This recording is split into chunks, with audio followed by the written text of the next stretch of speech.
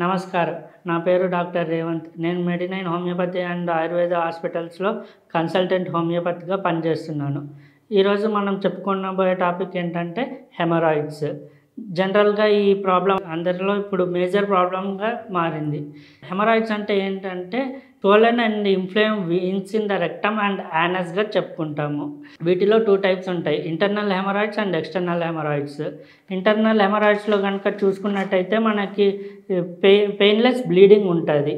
And అలాగే small amount of bleeding మనం చూసుకుంటాం.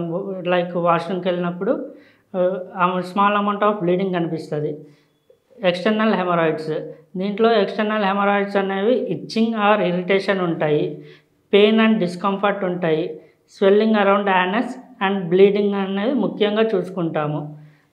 జనరల్‌గా హెమరాయిడ్స్ రావడానికి గల కారణాలు ఏంటి అంటే క్రానిక్ కాన్‌స్టిపేషన్ అండ్ అలాగే lifting heavy weights, straining when passing stools, spicy food, non veg ఎక్కువ తీసుకున్న వాళ్ళలో ఈ హెమరాయిడ్స్ అనేవి మనం చూస్తూ ఉంటాము.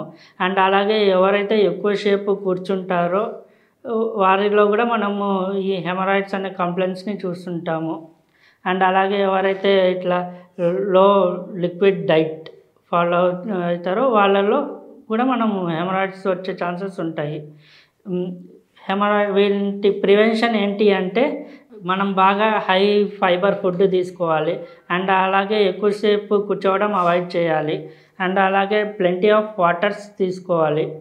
ఎక్సర్సైజెస్ చేయాలి. హెమరాయిడ్స్‌తో ఎవరైతే బాధపడుతున్నారో వెంటనే ఎలాంటి సర్జరీ లేకుండా మన మెడినైన్ హోమియోపతి అండ్ ఆయుర్వేద హాస్పిటల్స్‌లో చికిత్స దొరుకుతుంది. Thank you.